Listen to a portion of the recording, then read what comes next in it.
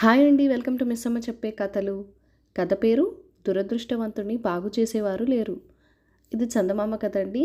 June నెల 1950 సంవత్సరంలో వచ్చింది. ఇంకా కథలోకి వెళ్ళిపోదాము.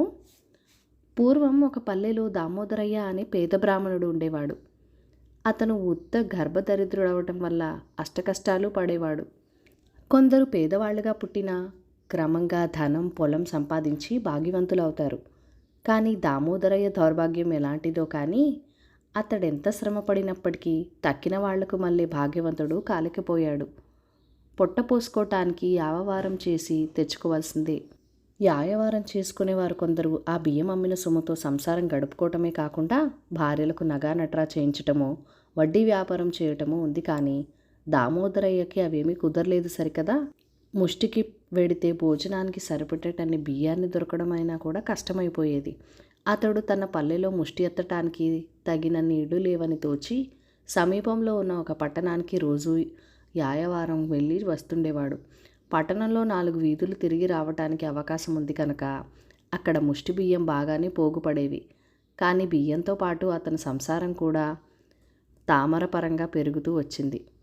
మంది ఎక్కువైతే మఠానికి వేటు అన్నట్టుగా సంతానం పెరిగి కొద్దీ తెచ్చిన బియ్యం చాలకుండా పోయినాయి. అందుచేత అందరి పిల్లలు సిరులతో తూగుతుంటే అతని పిల్లలు తిండికి చాలక ఈదురుమంటూ ఉండేవాళ్ళు. దామోదరయ్య తన దరిద్రంతో చాలా బాధపడుతూ ఉండగా వీటికి తోడు దేశంలో కరువు కూడా వచ్చింది. కరువు మూలాన బియ్యం దొరకటం అంతకు మరీ కష్టమైపోయింది. ఒకనాడు అతనికి దొరికిన బియ్యం ఉన్నాయా లేవా అన్నట్టు అనిపించింది. ఆ తేలిక మూటతో పట్టణం నుంచి తన పల్లెకు సరిగ్గా 2 గాముల వేళ తిరిగిపోతూ ఇంకా బతికేదెలా ఈశ్వరా అని ఒక నిట్టూర్పు విడిచాడు.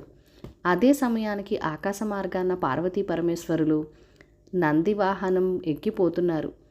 ఏదో ఆలోచించుకుంటూ పరధ్యానంగా ఉండటం వల్ల పరమేశ్వరుడు దామోదయ్య నిట్టూర్పుకి వినబడలేదు, కానీ పార్వతీదేవికి వినబడింది. ఎవరు మిమ్మల్ని తలుచుకుంటున్నారు, వినిపించలేదా అన్నదావిడ. చేనుగట్టమ్మటే పల్లెవైపు నడిచిపోతూ ఉన్న దామోదరయ్యను పరమేశ్వరుడు పరకాయించి చూసి, ఈ దౌర్భాగ్య దామోదరుడా, ఎవడో అనుకున్నాను అని నంది జోరుగా తోలటం మొదలెట్టాడు. పార్వతీదేవి ఆశ్చర్యపోయి, అదేమిటండి ఇంత చికాకుగా ఉన్నారు ఈవేళ? అతడు గర్భదరిద్రుడనే మీరంటున్నారాయి, కాస్త భాగ్యం ప్రసాదించి ఇబ్బంది లేకుండా చేయకూడదా అన్నది మళ్ళీ. పార్వతి, అదృష్టవంతుని చెరిపేవాడు దురదృష్టవంతుని బాగు చేసేవాడు లేడని చెప్పటం వినలేదా నువ్వు అని అడిగాడు పరమేశ్వరుడు. విన్నాను, కానీ నందిని పందిగాను పందిని నందిగాను చేయగల సర్వసమర్థులు మీరు. మీకు సఖ్యం కానిదేముంది ప్రభు అన్నది పార్వతి. జాలిగుండె కలది కనుక పార్వతి పరమేశ్వరుడితో అలా తొందర చేసింది. కానీ నిర్భాగ్యుల్ని బాగు చేయటం ఆ దేవునికి అసాధ్యమన్న సంగతి ఆమె గమనించింది కాదు.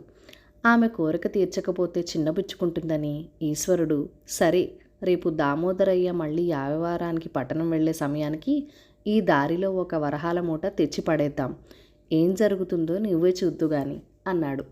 మర్నాడు పొద్దు పొడవక ముందే వచ్చి పరమేశ్వరుడు పార్వతీదేవి చూస్తుండగానే వరహాల మూట ఒకటి దారి పక్కన పాడేశాడు. దామోదరయ్య రోజూ మళ్ళేనే మామూలుగా చెంబు తెల్లగా తోముకొని బయలుదేరాడు. పల్లెలో వీధికొసన బడి పంతులు ఇల్లుంది. ఆ అరుగు మీద కూర్చొని పంతులు కొడుకు పాఠం చదువుకుంటున్నాడు. గోదావరి పుష్కరం 12 సంవత్సరాలకు మారు వచ్చుచుండెను అని ఆ పిల్లవాడు చదువుతుంటే అది దామోదరయ్య చెవిన పడింది. పుష్కరం అనటంతోటే దామోదరయ్యకి పాత సంగతి ఒకటి జ్ఞాపకం వచ్చింది. నేను ముష్టి కోసం పట్టణం వెళ్ళటం మొదలై పుష్కరమైంది. అప్పుడే మళ్ళీ నెలలో ఇంకో పుష్కరం వచ్చేస్తోంది. 12 ఏళ్ళు ఎంత త్వరగా గడిచిపోయాయో కదా అనుకున్నాడు. అలా అనుకుంటూ అతడు పల్లె వదిలి దారిలో అడుగుపెట్టాడు. ఆ బాటను చూడటంతోటే అతనికి ఒక దౌర్భాగ్యపు ఆలోచన తట్టింది. ఇన్ని సంవత్సరాలుగా నేను రోజూ తిరుగుతూ ఉన్న బాట కనుక ఇంకా ఈ బాటన నేను కళ్ళు మూసుకొని వెళ్ళినా తప్పిపోకుండా పట్టణం చేరుకోగలను అనుకొని 2 కళ్ళు మూసుకొని నడవజొచ్చాడు. కళ్ళు మూసుకున్నా కూడా మనసులో స్పష్టంగా దారి కనపడుతూ ఉంది. కళ్ళు తెరిచినప్పటికన్నా మూసుకున్నప్పుడు చాలా బాగా కనబడుతుంది అనే సంతోషంలో అతడు కళ్ళు మూసుకుని చరచరా నడిచాడు. మలుపులు గోతులు దిబ్బలు అన్నీ జ్ఞాప్తికి తెచ్చుకుంటూ తడుముకోకుండా అతడు సరాసరి నడిచి వెళ్ళిపోయాడు. దారి తప్పకుండా పట్నం మోగిదాకా కళ్ళు మూసుకుని నడవగలిగానని చంకలెగరేసుకోవటమే కానీ దారి పక్కన వరహాల మూట ఉన్న సంగతి అతడు ఎంత మాత్రమూ తెలుసుకోలేకపోయాడు.